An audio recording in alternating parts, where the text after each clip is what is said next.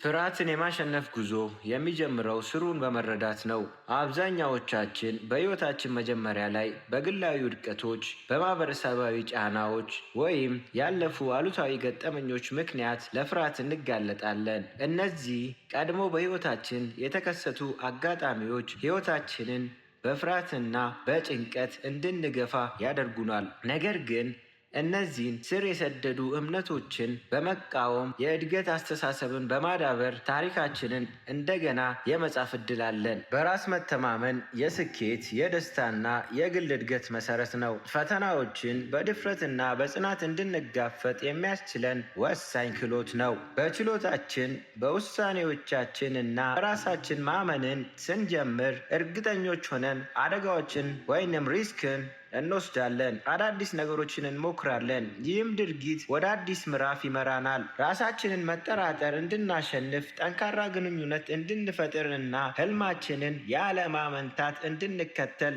ኃይል ይሰጠናል። በራስ መተማመን ማዳበር ማለት ፍጹም ሰው መሆን ሳይሆን በራሳችን ችሎታ ማመን፣ ከውድቀቶች መማር፣ ያለማቋረጥ ማደግ ማለት ነው። በራሳችን መተማመን ሙሉ አቅማችንን በመጠቀምና በእውነት የምንፈልገውን ህይወት መፍጠር እንችላለን። በራሳችን በመተማመን ሙሉ አቅማችንን በመጠቀም በእውነት የምንፈልገውን ህይወት መፍጠር እንችላለን። በህይወታችን ለውጥ የማይቀር የህይወት አካል ነው። በግልም ሆነ በሙያዊ ህይወታችን ስለ ለውጥ ስናስብ አብዛኛውን ጊዜ ጭንቀትና ፍርሃት ይሰማናል። ይሁን እንጂ ለውጥን መቀበልና ፍርሃትን መጋፈጥ ወደ ስኬት ሊያመራን ይችላል። ያለ ፍርሃት መኖር ማለት ፍርሃትን ሙሉ በሙሉ ማስወገድ ሳይሆን ፍርሃትን ፊት ለፊት መጋፈጥ ለእድገት አቅም እንዲሆነን አድርጎ መጠቀም ማለት ነው። የለውጥ ፍርሃት ብዙ ሰዎች ለውጥን ይቃወማሉ፣ ምክንያቱም የምቾት ዞናቸውን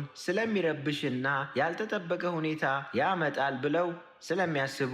ይህ ፍርሃት ብዙውን ጊዜ የሚመነጨው በችሎታችን ላይ ካለን ጥርጣሬ፣ ውድቀትን ከመፍራት ወይም ስለ ሰዎች አስተያየት ካለን ጭንቀት ነው። ይሁን እንጂ ለውጥ የሚመጣው አዳዲስ ፈተናዎችን በመላመድ የሚመጣ ነው። የምቾት ቀጠና ውስጥ መቆየት በጣም አደጋ አለው። በራስ መተማመን ለማዳበር የሚረዱ ወሳኝ ነጥቦች። አስተሳሰባችሁን ቀይሩ። ሺፍት ዩር ማይንድ ሴት። ለውጥን እንደ ስጋት ከመመልከት ይልቅ ለእድገት ጥሩ አጋጣሚ እንደሆነ አድርጋችሁ እዩት።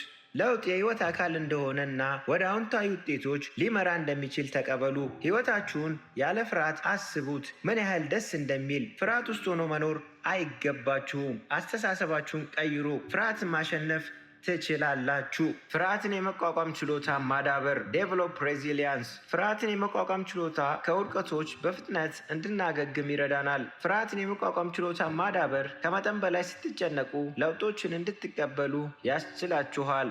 ራሳችሁ መንከባከብ መለማመድ፣ ጠንካራ አእምሮ ስርዓትን መገንባትና ፍርሃት ወደኋላ እንዳያስቀራችሁ ፍርሃትን የመቋቋሚያ አቅም ገንቡ።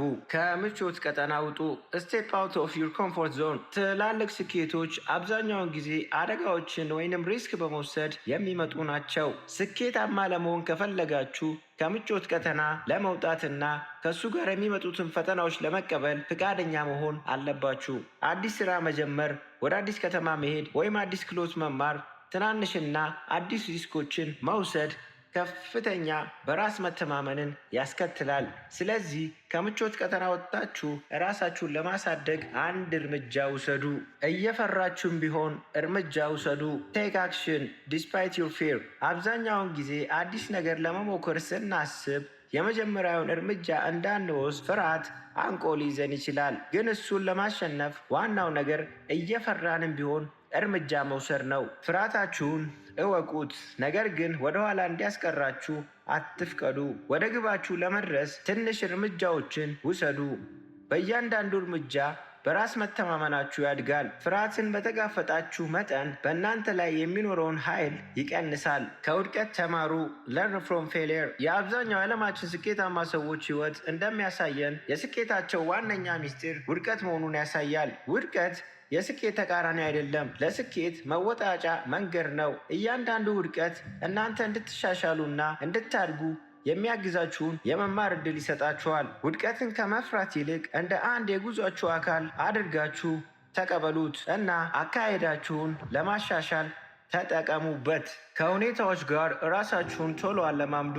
ስቴይ አዳፕተብል። ተለዋዋጭነት ሁልጊዜ በሚለዋወጥ ዓለም ውስጥ አስፈላጊ ነው። ከአዳዲስ ሁኔታዎች ጋር በፍጥነት መላመድ የሚችሉ ሰዎች ስኬታማ የመሆን እድላቸው በጣም ሰፊ ነው። ክፍት አእምሮ ያዙ። ለመማር ፈቃደኛ ሁኑ። አዳዲስ አመለካከቶችን ተቀበሉ።